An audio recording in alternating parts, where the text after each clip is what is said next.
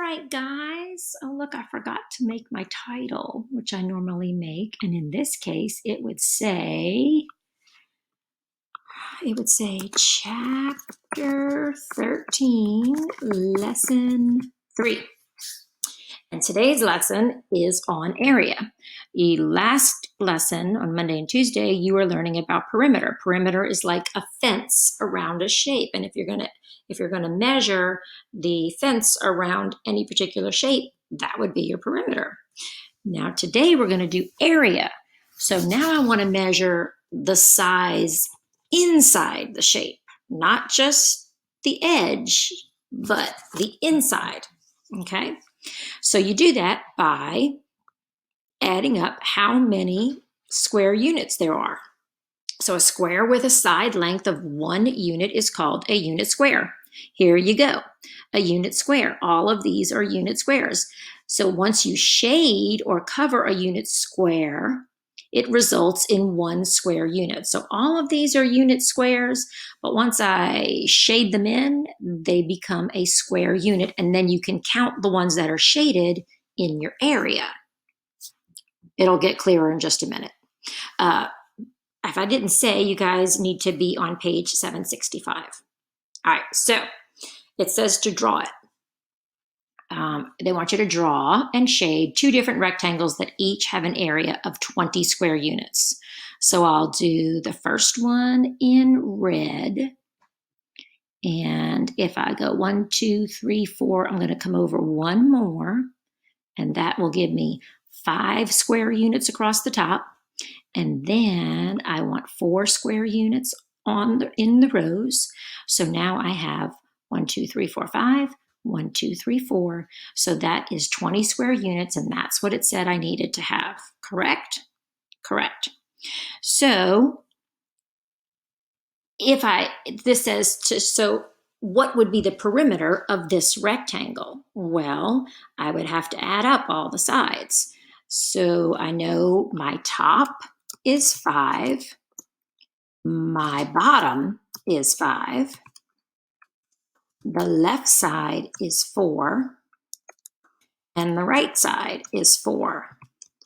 And if I added that all together, 5 plus 5 is 10, and 4 plus 4 is 8, and 10 plus 8 is 18. So my perimeter is 18 units.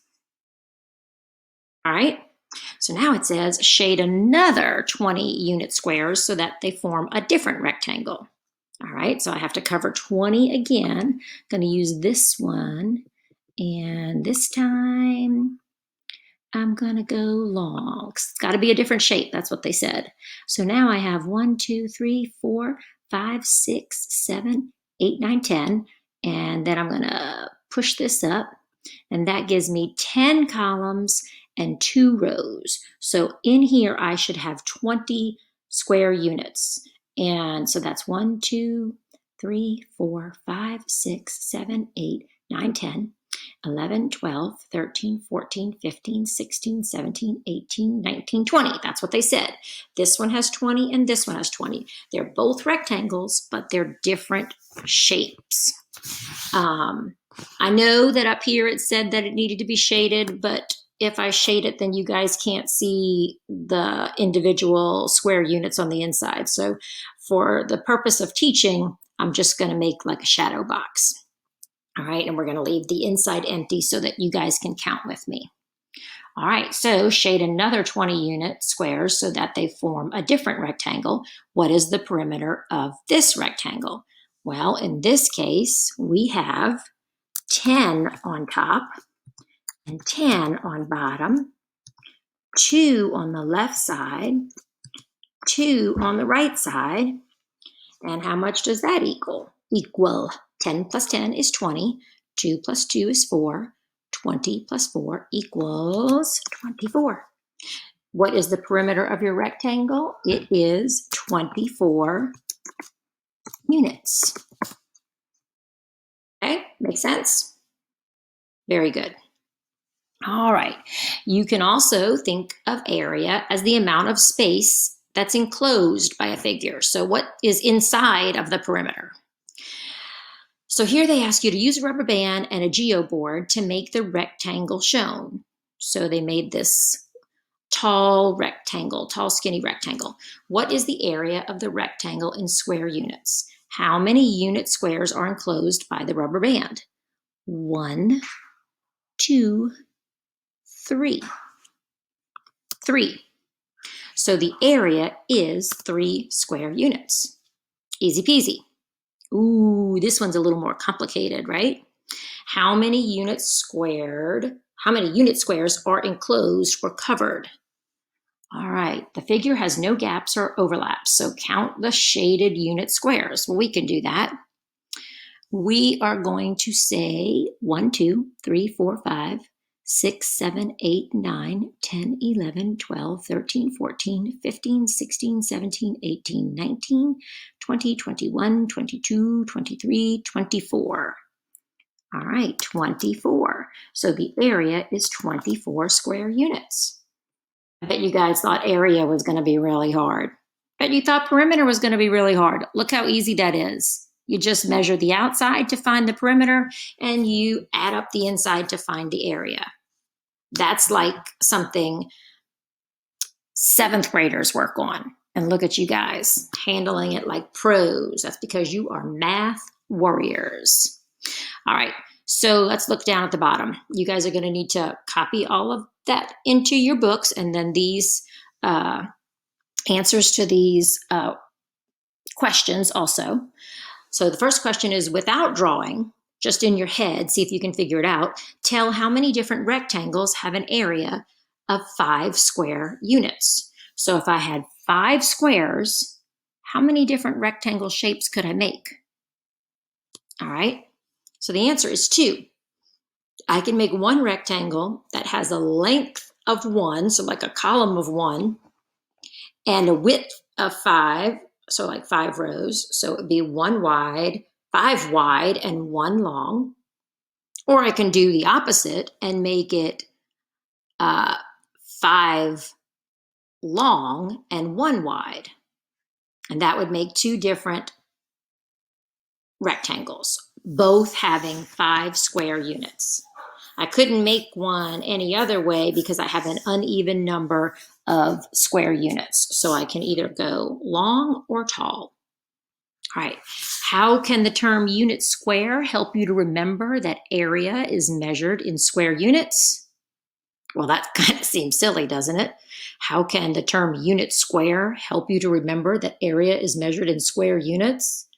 All right, well, a unit square has an area of 1 square unit. Genius, right? Took these guys a long time to come up with that clue. All right, so I want you to go ahead on and do 767 and 768. Work on all of the problems that are 3 through 12. Shouldn't take you long for smart kids like you. And I am going to save the surprise video. I will take it tomorrow and I will send it to you tomorrow in a separate email. We had a little bit of a tragedy today. I took out the cup of caterpillars out of the little net to look at it because I could see that they had all made their cocoons, and 4 of them were hanging from the top and 1 was sitting on the bottom, but I was a little worried about that one on the bottom, that he wouldn't develop correctly because he was laying down rather than hanging. And so I made the disastrous mistake of leaving the caterpillars out there on the table. And I told all the kids, don't touch it because they're very fragile. And then I was working on grading your math IXL on the couch, and I turned around to see that Joey, the cat, the gray cat, had taken the whole cup of caterpillars, of little cocoons, and thrown it on the floor and was tossing it around in his hands or paws. And so after that, the caterpillars didn't look very good anymore. And none of them are attached to the ceiling anymore or to the lid anymore. So yeah, it was not good. and I will work on what we're going to do about it. I think we're just going to have to wait it out. But I'll take video of the whole thing tomorrow and I'll send it to you so you guys can see for yourself. But poor Eeny, Meeny, Miny, and Mo, I don't know. They were not looking too good. We'll have to see what happens. Joey is in timeout ever since, just so you know. He has been severely punished, and I've just made him sleep in the bed next to me while I do all my make the videos for you guys. That was his punishment. All right. Have a wonderful day and a great rest of your week, and look forward to the email coming tomorrow. Bye, guys.